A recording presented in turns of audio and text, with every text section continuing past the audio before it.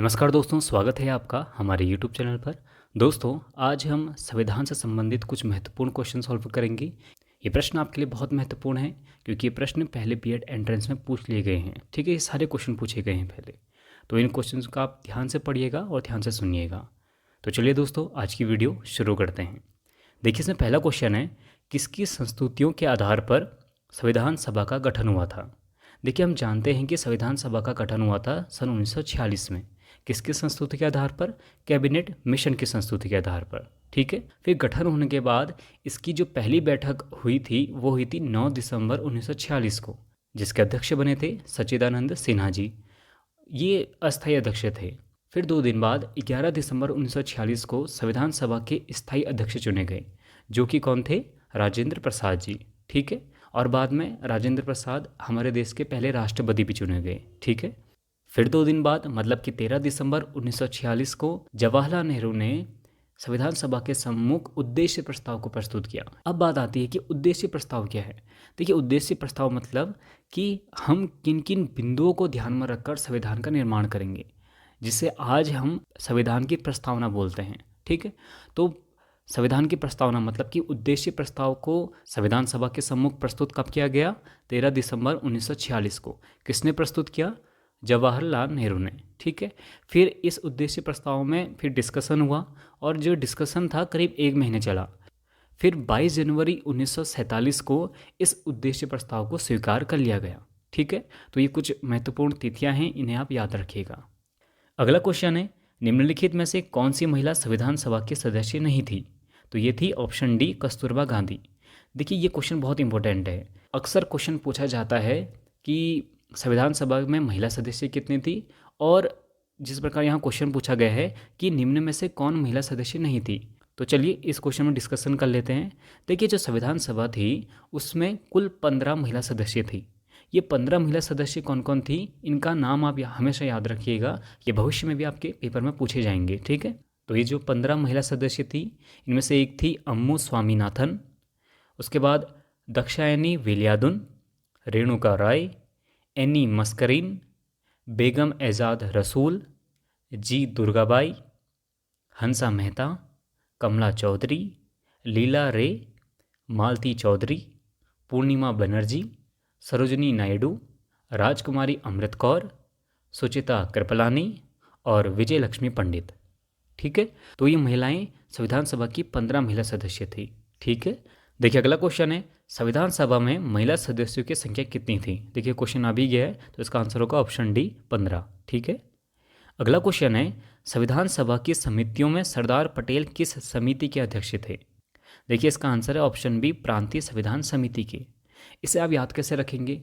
देखिए, हम जानते हैं कि जो सरदार पटेल थे, इन्होंने भारत की 565 रियासतों को मिलाकर भारत संघ का निर्माण किया। तो जो ये 565 रियासतें हैं, इसके साथ ही जो ब्रिटिश प्रांत थे, कई राज्य थे, तो इनको मिलाकर इन्होंने भारत संघ का निर्माण किया था। तो इसी कारण इनको प्रांतीय संविधान समिति का अध्यक्ष भी नियुक्त किया गया।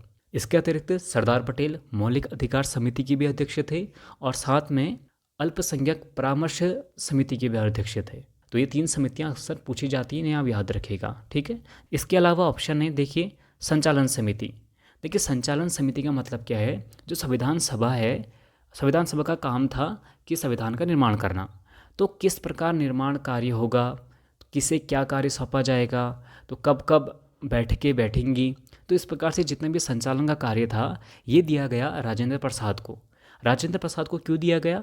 क्योंकि वो संविधान सभा के अध्यक्ष थे। तो इसी कारण संचालन समिति के भी अध्यक्ष कौन थे? राजेंद्र प्रसाद जी। ठीक है, अगला है ऑप्शन सी, संघ शक्ति समिति। देखिए, संघ शक्ति मतलब कि जो भारत संघ है, इसके पास क्या क्या शक्तियाँ होंगी, जो भारत संघ है ये क्या क्या कार्य करेगा, इससे संबंधित समिति के जो अध्यक्ष थे वो थे जवाहरलाल नेहरू। इसे आप ऐसे भी याद कर सकते हैं। देखिए, भारत संघ के पहले प्रधानमंत्री कौन थे? जवाहरलाल नेहरू। तो संघ शक्ति समिति के भी अध्यक्ष कौन थे? जवाहरलाल नेहरू। ठीक है, अगले है प्रारूप समिति। देखिए, प्रारूप समिति का मतलब होता है कि जो संविधान निर्माण हमें करना है उसका खाका क्या होगा, ठीक है, उसका स्ट्रक्चर क्या होगा। देखिए, हम जानते हैं कि संविधान निर्माण में जो सबसे बड़ा योगदान है वो है भीमराव अंबेडकर जी का, है ना। उन्होंने ही पूरा स्ट्रक्चर तैयार किया था कि संविधान के अंतर्गत हमें क्या क्या डालना है, क्या क्या होना चाहिए, क्या क्या नहीं होना चाहिए।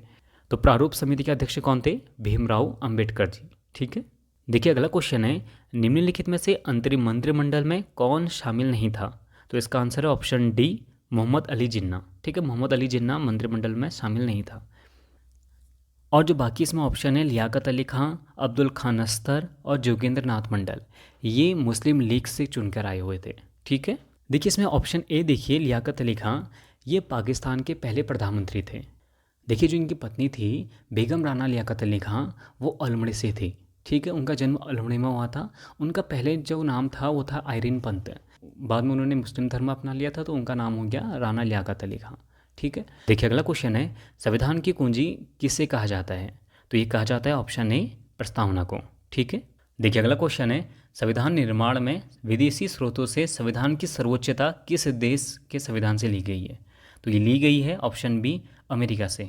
ठीक है, देखिए अगला क्वेश्चन है, संविधान निर्माण में विदेशी स्रोतों से संविधान की सर्वोच्चता किस देश के संविधान से ली गई है? तो ये ली गई है संयुक्त राज्य अमेरिका, ऑप्शन बी।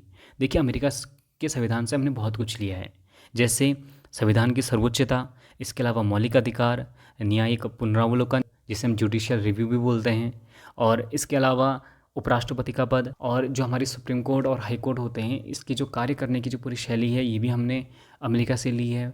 ठीक है, तो इस प्रकार हमने हमारे संविधान ने अमेरिका के संविधान से बहुत कुछ लिया है।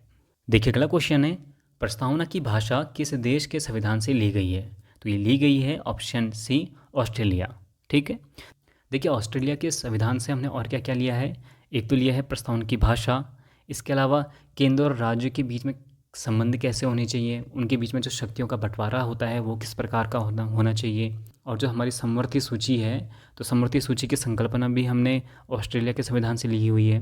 ठीक है, देखिए अगला क्वेश्चन है, भारतीय संविधान की 7वीं अनुसूची किससे संबंधित है? देखिए जो 7वीं अनुसूची है ये संबंधित है केंद्र और राज्य सरकार के बीच में जो शक्तियों का बंटवारा होता है वो किस प्रकार होगा, ये हमारे 7वीं अनुसूची में बताया गया है। और जो हमारे केंद्र और राज्य के बीच में जो शक्तियों का बंटवारा है, शक्तियों का विभाजन है, इसके लिए 3 सूचियाँ बनाई गई हैं। इसमें पहली सूची है संघ सूची, दूसरी है राज्य सूची और तीसरी है समवर्ती सूची। आप जानते होंगे कि संघ सूची मतलब कि जो केंद्र सूची होती है इसमें जो कानून बनाने का अधिकार होता है वो सिर्फ केंद्र सरकार को होता है। राज्य सूची में राज्य सरकार के पास कानून बनाने का अधिकार होता है, और समवर्ती सूची में केंद्र और राज्य दोनों को कानून बनाने का अधिकार होता है। परंतु कभी कभी क्या होता है, केंद्र के कानून और राज्य के कानून में क्लैश हो जाता है। ठीक है, कुछ विवाद हो जाते हैं, तो ऐसी स्थिति में हमेशा केंद्र का कानून माना जाता है। ठीक है, तो इसका आंसर होगा ऑप्शन डी, ये सभी। ठीक है, देखिए अगला क्वेश्चन है, डॉक्टर भीमराव अंबेडकर ने संविधान की आत्मा किसे कहा है? तो ये कहा है ऑप्शन बी, संवैधानिक उपचारों के अधिकार को, मतलब कि अनुच्छेद 32 को, जिसमें ये कहा गया है कि अगर किसी भी व्यक्ति अथवा नागरिक के मौलिक अधिकारों का हनन होता है तो वो सुप्रीम कोर्ट में अपनी याचिका दर्ज कर सकता है। और अनुच्छेद 32 के अंतर्गत सर्वोच्च न्यायालय को 5 प्रकार की रिट जारी करने का भी अधिकार दिया गया है। ठीक है, देखिए अगला क्वेश्चन है, निम्नलिखित में से असंगत कथन का चयन कीजिए। ठीक है, तो इसका आंसर होगा ऑप्शन सी, अनुच्छेद 18, जिसमें यहाँ बताया गया है वाक स्वतंत्रता, मतलब कि बोलने की स्वतंत्रता। देखिए जो अनुच्छेद 18 है इसमें उपाधियों के अंत का उल्लेख किया गया है। ठीक है, तो इसका आंसर होगा ऑप्शन सी। अगला क्वेश्चन है, धन विधेयक के लिए राष्ट्रपति से पूर्व अनुमति लेना किस प्रकार की शक्ति के अंतर्गत आता है? तो इसका आंसर होगा ऑप्शन बी, विधायिका शक्ति। देखिए विधायी शक्ति का मतलब है जितने भी संसद से संबंधित कार्य होते हैं वो सब विधायी शक्ति के अंतर्गत आ जाते हैं। तो राष्ट्रपति को कई प्रकार की विधायी शक्तियाँ प्रदान की गई हैं, जैसे संसद सत्र को बुलाना या संसद का सत्रावसान करना, इसके अलावा लोकसभा का विघटन करना, या फिर संसद में जो अभिभाषण होता है या जो भी संसद के द्वारा विधेयक पारित होता है तो उस पर अंतिम हस्ताक्षर करना। तो ये सब विधायी शक्तियाँ हैं जो कि राष्ट्रपति को दी गई हैं। ठीक है, देखिए अगला क्वेश्चन है, राष्ट्रपति को क्षमादान की शक्ति किस अनुच्छेद के अंतर्गत दी गई है? तो ये दी गई है ऑप्शन सी, अनुच्छेद 72 के अंतर्गत। और राज्यपाल को क्षमादान शक्ति किस आर्टिकल के अंतर्गत दी गई है? तो याद रखिएगा आर्टिकल 161, ठीक है, 161 के अंतर्गत। अगला क्वेश्चन है, अध्यादेश जारी करने का अधिकार किसे दिया गया है? तो ये दिया गया है ऑप्शन सी, राष्ट्रपति को। राष्ट्रपति किस आर्टिकल के अंतर्गत अध्यादेश जारी कर सकता है? आर्टिकल 123, ठीक है, अनुच्छेद 123 के अंतर्गत राष्ट्रपति अध्यादेश जारी कर सकता है। अगर मैं राज्यपाल का पूछूं तो कि राज्यपाल किस अनुच्छेद के अंतर्गत अध्यादेश जारी कर सकता है, तो आप क्या करिएगा, इस 2 को आगे ले आइएगा, ठीक है, 213, ठीक है, 213 के अंतर्गत। देखिए अगला क्वेश्चन है, राष्ट्रपति की आपातकालीन शक्तियां हैं, तो इसका आंसर होगा ऑप्शन बी, अनुच्छेद 352। देखिए अगर आपने मेरी पुरानी वीडियोस देखी होंगी तो मैंने इस क्वेश्चन का जिक्र बहुत बार किया है। तो आप मुझे बताइएगा कि राष्ट्रपति की जो आपातकालीन शक्तियाँ होती हैं, जिसमें अनुच्छेद 352 आता है, 356 आता है और 360 ही आता है, तो ये किससे संबंधित है, ठीक है। देखिए अगला क्वेश्चन है, भारत का उपराष्ट्रपति किस सदन का सदस्य होता है। देखिए जो भारत का उपराष्ट्रपति होता है वो किसी भी सदन का सदस्य नहीं होता, ठीक है, तो इसका आंसर होगा ऑप्शन डी, किसी सदन का सदस्य नहीं। देखिए जो भारत का उपराष्ट्रपति होता है, लेकिन हाँ, जो भारत का उपराष्ट्रपति होता है वो राज्यसभा का सभापति भी होता है, ठीक है। देखिए अगर कभी क्वेश्चन आ जाए कि भारत के उपराष्ट्रपति के संबंध में कौन सा आर्टिकल बताता है, तो ये बताता है आर्टिकल 63, ठीक है, अनुच्छेद 63 के अंतर्गत भारत के उपराष्ट्रपति की बात कही गई है, ठीक है। देखिए अगला क्वेश्चन है, मंत्रिपरिषद सामूहिक रूप से किसके प्रति उत्तरदायी होते हैं, तो इसका आंसर होगा ऑप्शन ए, लोकसभा। देखिए जो मंत्रिपरिषद होती है ये सामूहिक रूप से लोकसभा के प्रति उत्तरदायी होती है। लोकसभा के प्रति ही क्यों? देखिए जो लोकसभा के जो सदस्य होते हैं, मतलब कि जो सांसद होते हैं, उन्हें जनता सीधे तौर पर भेजती है, ठीक है, जनता उन्हें वोट करती है और उन्हें लोकसभा भेजती है। तो मंत्रिपरिषद इसी कारण लोकसभा के प्रति क्या होती है, उत्तरदायी होती है। लोकसभा के प्रति उत्तरदायी होने का मतलब है कि भारत की जनता के प्रति उत्तरदायी होना, ठीक है। तो सामूहिक रूप से लोकसभा के प्रति होती है और व्यक्तिगत रूप से जो मंत्रिपरिषद होती है वो राष्ट्रपति के प्रति उत्तरदायी होती है, ठीक है। अगला क्वेश्चन है, राष्ट्रपति लोकसभा भंग कर सकता है, तो ये कर सकता है ऑप्शन ए, प्रधानमंत्री की सलाह पर, ठीक है। देखिए अगला क्वेश्चन है, राज्यसभा में सर्वाधिक सदस्य संख्या किस राज्य से संबंधित है, तो ये है ऑप्शन बी, उत्तर प्रदेश से, ठीक है। देखिए अगला क्वेश्चन है, लोकसभा में अनुसूचित जातियों के लिए स्थानों का आरक्षण किस अनुच्छेद के अंतर्गत किया गया है। देखिए जो उत्तराखंड की अल्मोड़ा संसदीय क्षेत्र है ये अनुसूचित जाति के लिए रिजर्व है, तो यहाँ यही पूछा गया है कि ये किस आर्टिकल के अंतर्गत हुआ, तो ये हुआ ऑप्शन ए, अनुच्छेद 330 के द्वारा, ठीक है। देखिए अगला क्वेश्चन है, लोकसभा एवं राज्यसभा के संयुक्त अधिवेशन की अध्यक्षता कौन करता है, तो ये करता है ऑप्शन सी, लोकसभा का अध्यक्ष, ठीक है।